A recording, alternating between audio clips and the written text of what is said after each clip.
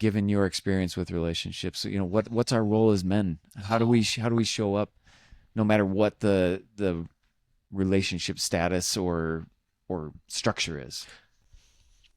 I will say that I had to grow, and that probably goes back to some of the finding of myself from the lurch.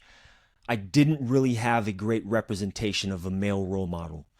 I had a lot of mentors, but I didn't really have a great representation of what a good male figure as the counterpart in a marriage or relationship looked like. Up until I would say I understood who I was. Up until I understood what boundaries were. Up until I had started understanding, exploring what it meant to be to be me. Because now I think that, when I understood what boundaries were, I recognized, one, if I am going to meet my partner in the middle or halfway or be there for them, one, I have to have done the work for myself. Mm-hmm.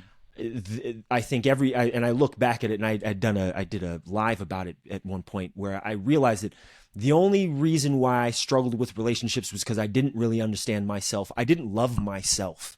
Mm-hmm. And if I didn't love myself, how could I love somebody else?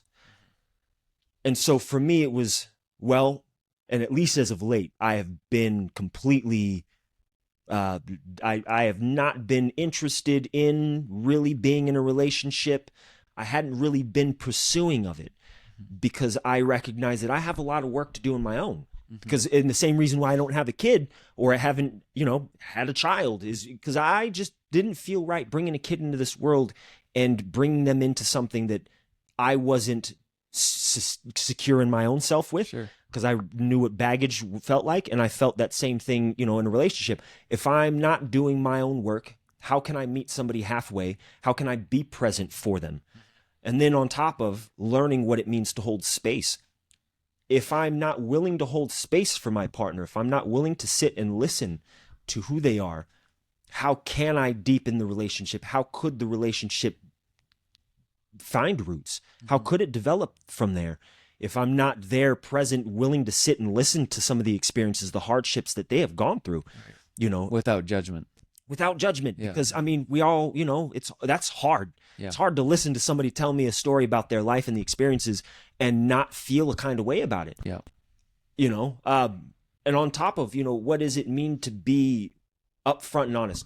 Unconditional love was something that my pops had introduced me to, and I was grateful for him in that. But the idea that in what way? Through his actions or through a book? The book as well. But through some of the things that he had expressed, the way in which he would express and communicate some of those things, it was definitely something that you take into consideration. Unconditional love.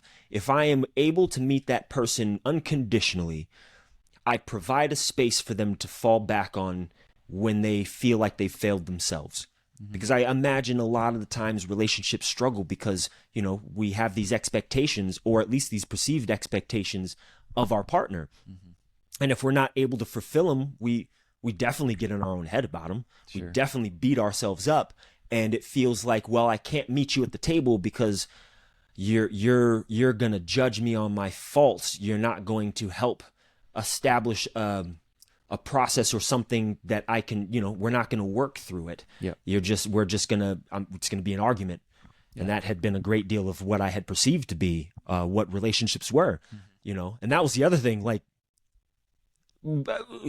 getting mad about stupid things or small things. I don't want to say stupid things, but getting mad about small things, things that are arbitrary, that really aren't that big of a deal, that could just take a conversation, are more likely to help sustain a relationship than, the large things. The large things usually come with just misunderstanding or, again, lack of communication. Yeah.